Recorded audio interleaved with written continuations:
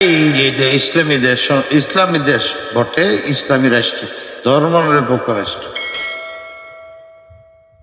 কেন যারাই দাঁড়াইতেছে ধর্ম নিরপেক্ষ ওই বিষয়টার মধ্যে সাইন করে দাঁড়াইছে, আমি এটা মানি। আর আমি এটার হামল করি জরুর, এই দেশে আর কোনো তরিকা নেই। এই মুসলমানরাও রাজনীতি করতে হইলে বেশি অভাব দেখা দিলে যেরকম কুকুরের গোস্ত খাওয়ানো এইটুক। আর জরুরত তবিহুল মাহজুরাতের কারণে যারা রাজনীতি করতেছে এই সত্যিই করতেছে, তাদের গালি দেওয়া ঠিক না। কোন রাস্তা নেই এতে, সেটা ধর্ম নিরপেক্ষ। তাই এখানে ইসলামের ক্যান্ডিডেট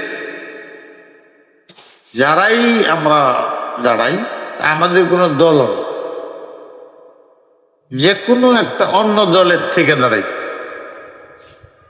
যেটি প্রতিষ্ঠিত দল ওদের আশ্রয়ে দাঁড়াই, যে ওর কাছ থেকে নমিনেশন নিয়ে আমি দাঁড়াই, তো ওইটা মাইনে চলতে হয়।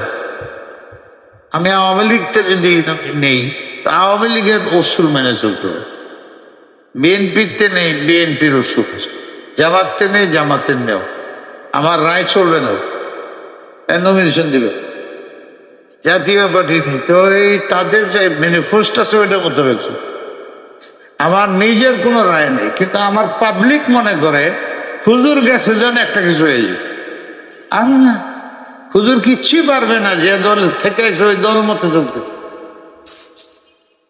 আপনি একা তো পারবেন না, পার্লামেন্টে 25-30 জন লাগবে একটা আইন পাশে না প্রস্তাব দিতে, 2 জনে গিয়ে কি যাই হোক, এগুলো মারার চেষ্টা করতেছে। আমি বলছি আহ্বানুল বালিয়াতাই, আমার দেশের জন্য, দেশের সার্বভৌমত্বের জন্য, তাদের অর্থনীতির জন্য, জনগণের জন্য, সার্বিক যাকে আপনি ভালো মনে করেন,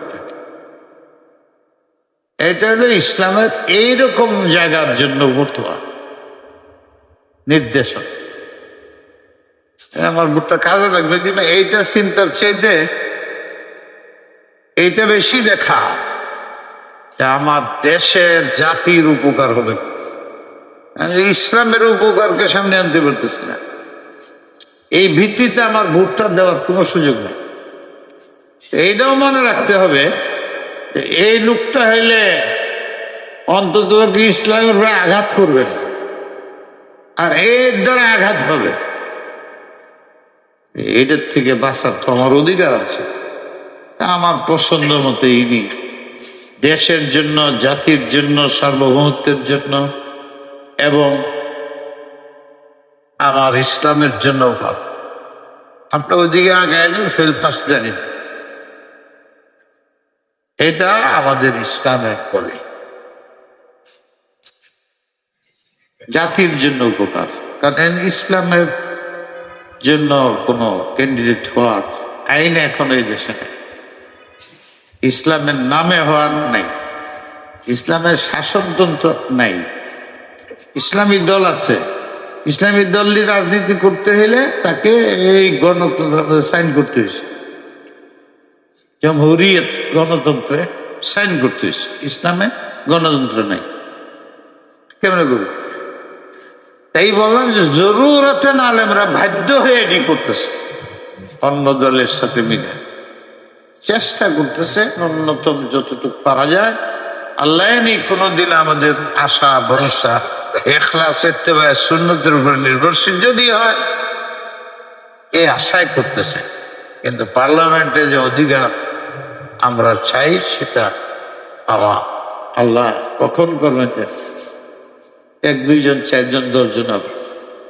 আল্লাহ আখসারিয়ত লাগবে, এটার জন্য মেহনত, তবলিগি তরিকায়, তফসির, আলেমরা তাদের পাবলিককে তৈরি করা, তারা যেন একদিন আসলে এই দাবি করে যে আমরা ইন্তেখাব, আমরা 90 জন, এই 90-এর দাবিতে ইসলামী তরিকায় করতে হবে।